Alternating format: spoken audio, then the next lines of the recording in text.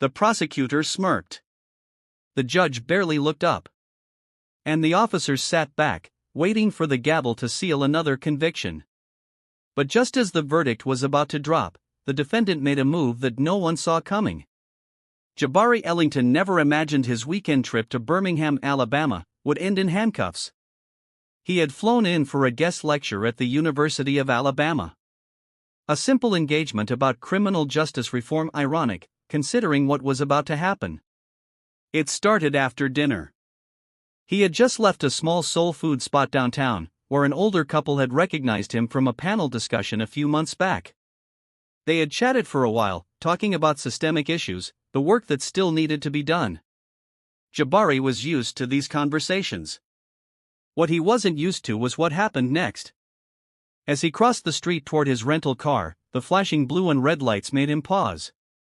A patrol car pulled up fast, tires screeching to a halt. "Hands where I can see them." The voice was sharp, commanding. Jabari barely had time to register what was happening before two officers, both white, both young, jumped out, guns drawn. "Sir, what's this about?" Jabari kept his voice steady, hands raised. He'd taught students how to handle police encounters, had studied every angle of these situations. But theory and reality were two different things. "Shut up. Turn around. Hands on the car." A third officer stepped out of the patrol car. Older. Heavier. With a smirk that made Jabari's stomach turn. He watched as one of the younger cops pulled out a small plastic bag, white powder inside. "Look at that." The older cop chuckled. "What do we got here?" Jabari's body stiffened. Planted evidence. He had seen the cases. Read the reports. Even worked on overturning convictions based on this exact scenario. And now, it was happening to him. "That's not mine," he said, forcing himself to remain calm. "You know that's not mine." The officer tilted his head, amusement flickering in his eyes. "Is that right?" He turned to his partner. "What do you think, Miller? Think he's telling the truth?" "Not a chance." The younger cop, Miller, replied with a grin. "Looks guilty to me." The handcuffs clicked around Jabari's wrists. People on the street had stopped to watch. A few pulled out their phones. But the officers weren't worried. They had done this before. They knew how to handle it. "Please, let me record." A woman started. But the older cop cut her off. "Back up, ma'am. Unless you want to join him." Jabari's mind was racing. He could fight back, not physically, but legally, logically. He could insist they check for fingerprints, review the body cam footage, call a lawyer. But he knew how this game worked. They would turn off the cameras. The evidence would disappear. The charges would stick. So, he stayed quiet. In the patrol car, the older cop sat in the front seat, whistling. "You got family, son?" Jabari ignored him. "You know, it's funny," the cop continued. "All you boys got the same story. I didn't do it. I was just minding my business. Same tired lines. We could recite them in our sleep." The younger cop, Miller, laughed. "Maybe we should start betting on which one we hear next." Jabari stared out the window, fists clenched. He wanted to tell them who he was. He wanted to see the look on their faces when they realized. But not yet. They thought they had one. They had no idea what was coming. The Jefferson County Courthouse was packed that morning. Reporters. Attorneys. Law students sitting in the back just to observe. It wasn't unusual, cases like this always drew a crowd. A black man accused of drug possession. A swift trial. A predictable outcome. Jabari sat at the defense table, hands resting calmly on the surface. His public defender, a young, overworked attorney named Brian LeClaire, flipped through paperwork, his stress evident in the way he tapped his pen against the folder. "Listen, man," Brian whispered, leaning in. "I've seen these cases before. Judge Stokes? Not exactly known for being lenient. Your best bet is to take the deal. Jabari turned his head slightly, studying him. And what's the deal? Brian sighed. 5 years. Maybe 3, if you keep your head down and don't make any noise. 3 years, Jabari repeated, his voice smooth. Calm. For something I didn't do? Brian shifted uncomfortably. I hear you, but these guys. He glanced over at the prosecution's table, where Assistant District Attorney Joel Patterson was chatting casually with the officers who had arrested Jabari. The same officers who had planted the drugs. They were laughing. Exchanging inside jokes. Relaxed, like they had done this 100 times. And they probably had. You fight this, Brian continued in a hushed tone, and you lose? You're looking at 20. Jabari let his eyes drift to the officers. Sergeant Raymond Givens. Officer Miller. Officer Denton. They weren't even pretending to be worried. Sergeant Givens caught Jabari's gaze and smirked, shaking his head slightly. A silent message. Don't even try. Jabari took a deep breath. Let's go to trial. Brian's pen tapping stopped. You sure? I'm sure. Brian hesitated, then gave a small nod. All right. The judge entered. Honorable Judge Howard Stokes. A man in his 60s with a reputation for swift sentencing. He settled into his chair, adjusting his glasses as he glanced over the case file. Let's make this quick, he muttered. Patterson stood, buttoning his jacket. Your Honor, the state is prepared to proceed. We have clear and overwhelming evidence against the defendant. Jabari tuned him out. He already knew how this speech went. A routine performance. He had watched it play out in different courtrooms, in different states, against different people who never stood a chance. He felt the eyes of the room on him. The quiet anticipation. People expecting him to fold. The prosecution called Officer Denton first. Denton adjusted his uniform as he took the stand, placing a careful hand on the Bible before swearing in. Patterson approached him, exuding confidence. Officer Denton, let's go over the events of August 17. Tell the court how you came into contact with the defendant. Denton cleared his throat. We were on patrol near 8th Avenue North, an area known for drug activity. We observed the defendant leaving a restaurant. When he spotted us, he immediately changed direction, appearing nervous. That's when we decided to conduct a stop.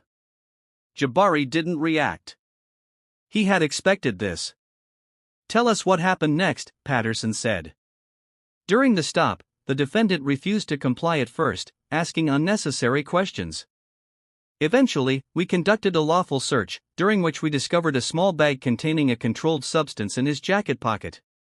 Let the record show, Patterson turned to the jury, that the substance tested positive for cocaine. The murmurs in the room grew louder.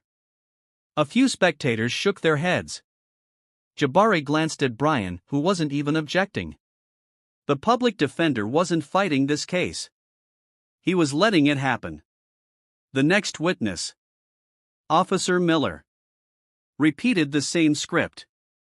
Jabari barely listened. Then came Sergeant Givens. Unlike the others, he spoke with ease. Calm. Convincing. A man who had done this too many times to count. We followed protocol, Givens said, leaning forward slightly. No shortcuts. No misconduct. Everything we did that night was by the book. His voice was steady. Filled with false sincerity. Patterson nodded. Thank you for your service, Sergeant Givens. No further questions. Brian stood up slowly. Jabari could tell he didn't want to cross-examine. But he had to at least make it look like he was trying. He cleared his throat.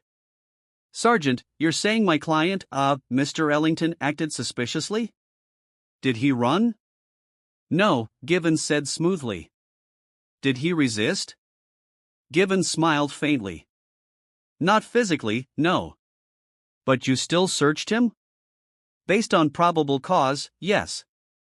Brian nodded slowly, turning the pages of his legal pad without actually reading them. And the drugs? Where exactly were they found? In his pocket, Gibbons answered without hesitation. Brian tapped his pen against the table again. No further questions. Jabari inhaled deeply. He was watching his own conviction play out in real time. The jury had already made up their minds. The officers were relaxed. Patterson was confident. And the judge was ready to move on. Jabari's gaze shifted back to Sergeant Gibbons, who looked almost amused. They thought it was over. They thought they had won. The courtroom air was thick with inevitability. Jabari could feel it. The weight of a verdict that had already been decided long before he ever stepped foot inside. Judge Stokes sighed, flipping through his notes as if skimming an article he had no interest in reading. The jury sat still, their expressions unreadable. Some had taken notes.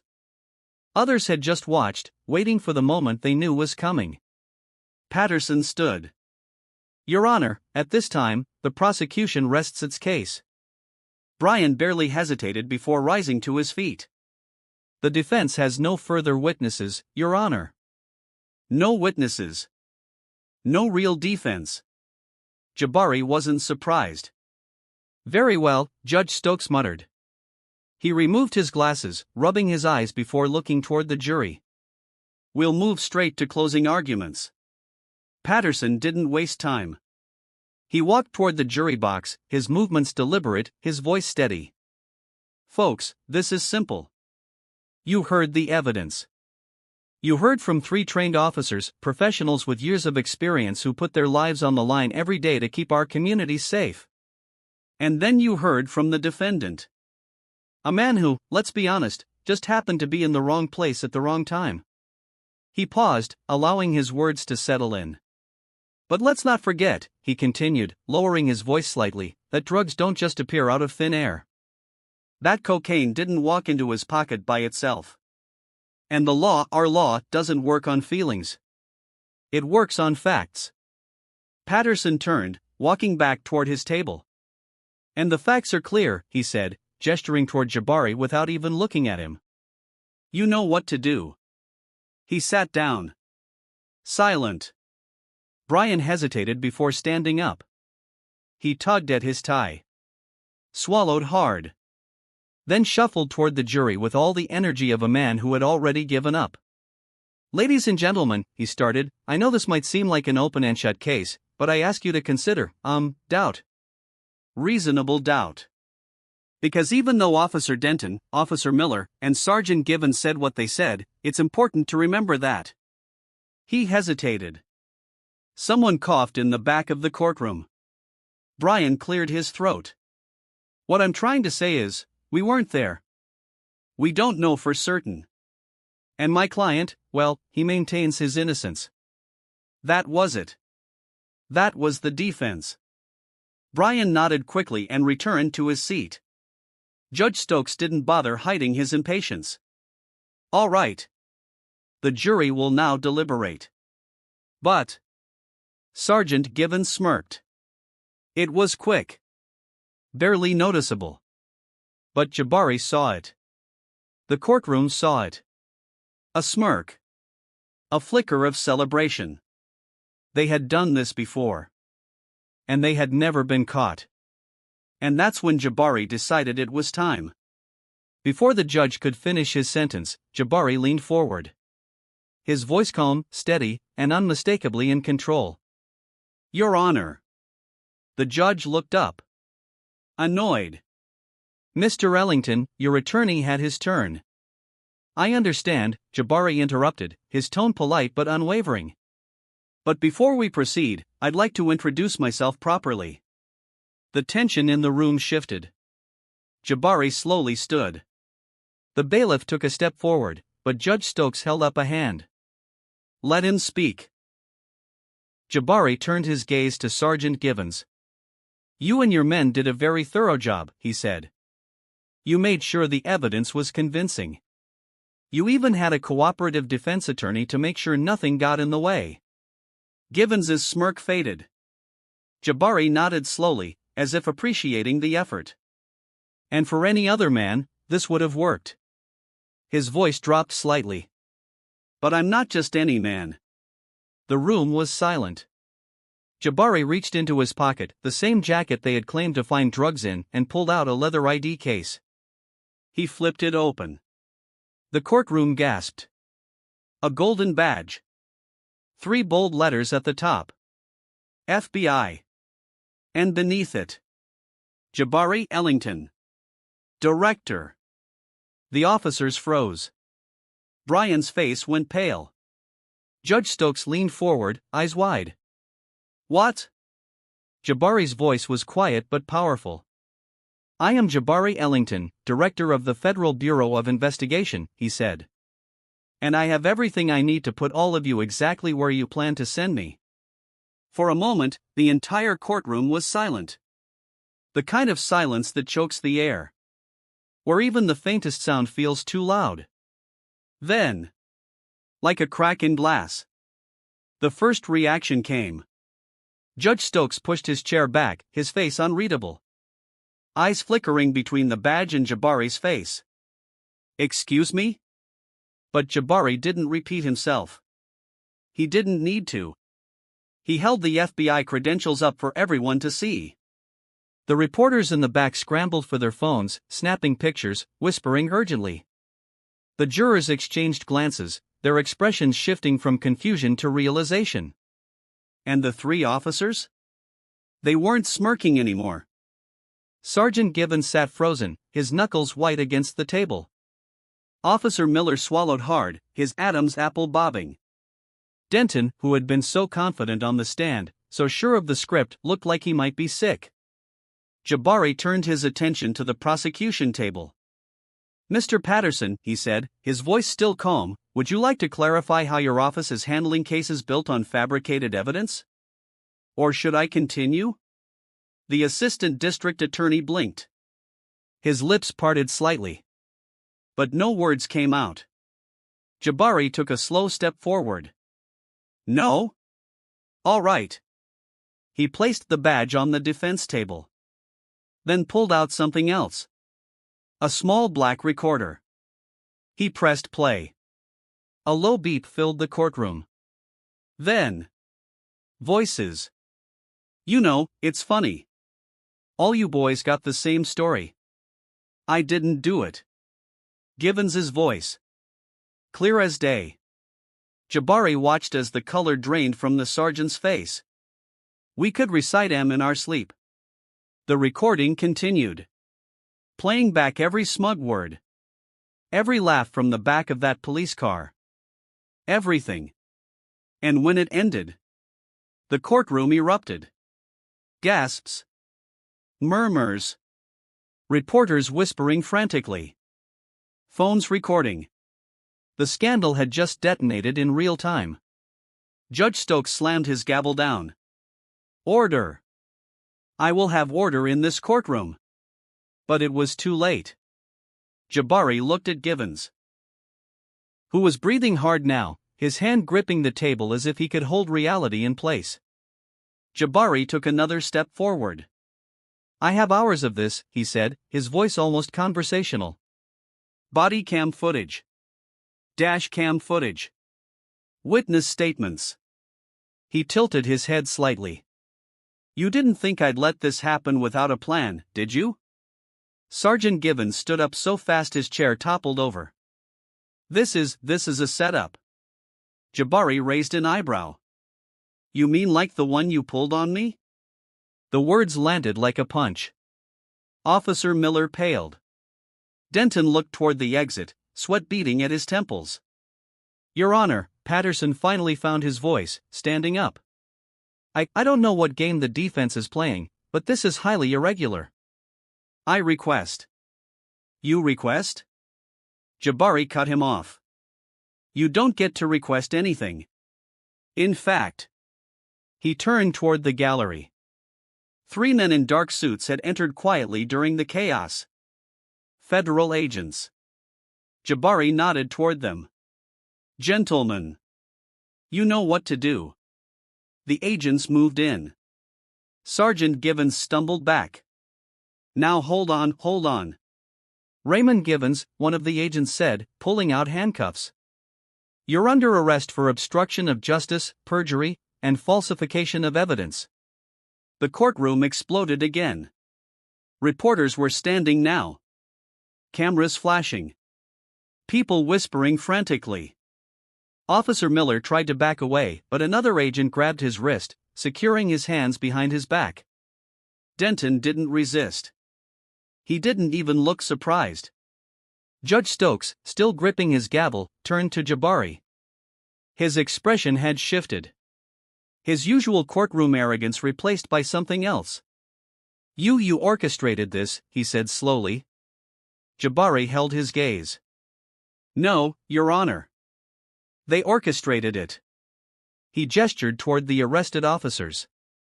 "I just refused to play along." For the first time that morning, he smiled. The courtroom had started as a trap. But now, it had become something else entirely. A reckoning. The courtroom was in chaos.